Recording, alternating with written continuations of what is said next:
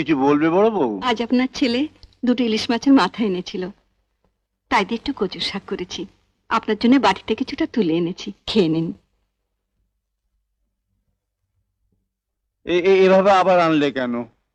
ভাতের সঙ্গে খেতাম। তখন তো সবার মধ্যে আপনাকে বেশি দিতে পারি না, অথচ আমি জানি আপনি কচু শাক খেতে কত ভালোবাসেন।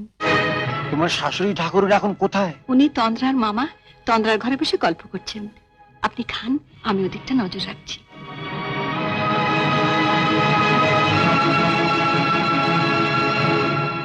আপনি খান বাবা।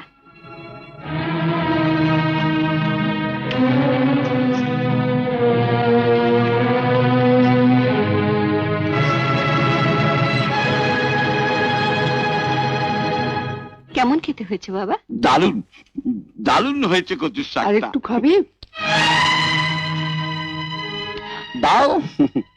বুঝলেন যাও, আমার আবার দয়ার শরীর, কারো মনে দুঃখ দিতে পারি না। বড় বউ এত কষ্ট করে রান্না করেছে, খাবো না বললেও দুঃখ পাবে না। কি পটেশ্বরীর মতন হাঁ করে দাঁড়িয়ে দেখছো কি? আর একটু কচুর শাক দাও। আর তো নেই মা। নেই মানে? তা এতগুলো কচুর শাক গেল কোথায়? কচুর শাক হয়েছে শুনে লতু এক বাটি নিয়ে গেছে। কিন্তু তবু তো থাকার কথা।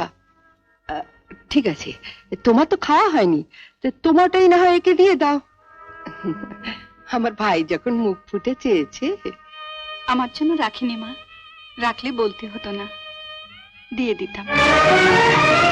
ইস, আমি খেয়ে ফেললাম, নইলে তো আমারটাই দিয়ে দিতে পারতাম। ঠিক আছে, তো তোমার কর্তার জন্য তো নিশ্চয়ই তুলে রেখেছো, তো সেটাই না হয় দাও। ওর জন্য রেখেছিলাম, আপনি চাইলেন, দিয়ে দিলাম।